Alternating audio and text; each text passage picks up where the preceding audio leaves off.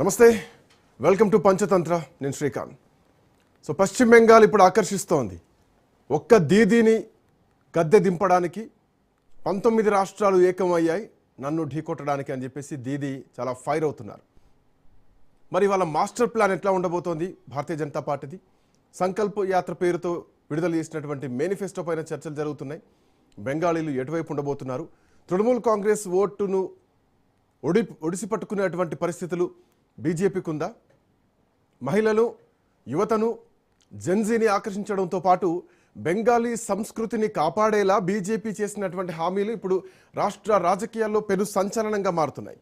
BJP మేనిఫెస్టోలో 5 ప్రధాన అంశాలు ఉన్నాయి. చొరబాట్లపై ఉక్కుపాదం ఒకటి, మహిళలకు పెద్దపీట ఒకటి, యువతకు ఉపాధి కల్పిస్తామని, బెంగాలీ సంస్కృతి పరిరక్షణతో పాటు మౌలిక సదుపాయాల అభివృద్ధి అంశాలతో క్యాంపెయిన్ చేస్తున్నారు భారతీయ జనతా పార్టీ నాయకులు.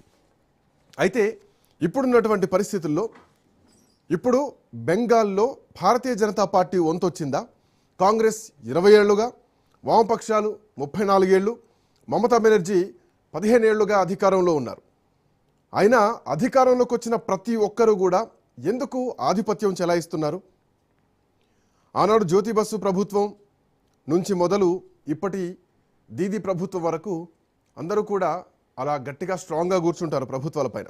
ఒక్కసారి పశ్చిమ బెంగాల్లో అధికారంలోకి వస్తే ఇక 15 నుంచి 30 సంవత్సరాల పాటు పరిపాలన చేయొచ్చు అన్నటువంటి ఉదాహరణలు గతంలో ఉన్నాయి. కాంగ్రెస్ పార్టీ విషయంలో కానీ, వామపక్షాల విషయంలో కానీ, ఇప్పుడున్నటువంటి దీదీ విషయంలో కానీ. దీదీ గెలిస్తే 4వసారి. బట్ దీదీని ఓడించడానికి 12 రాష్ట్రాలు ఏకమయ్యాయని చెప్పేసి దీదీ అంటున్నారు.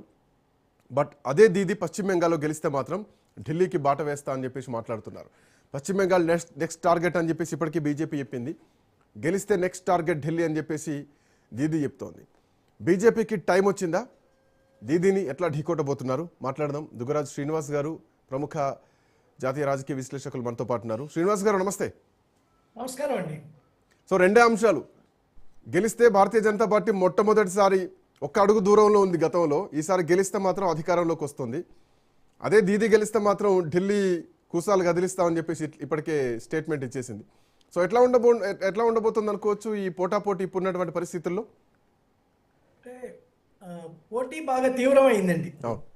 సో గతంలో కన్నా కూడా భారతీయ జనతా పార్టీ చాలా ప్రత్యేకమైనటువంటి దృష్టి బెంగాల్ మీద పెట్టింది కాబట్టి పోటీని చాలా తీవ్రం చేసుకుంటూ వెళ్ళారు. తీవ్రంగా అయింది కూడా.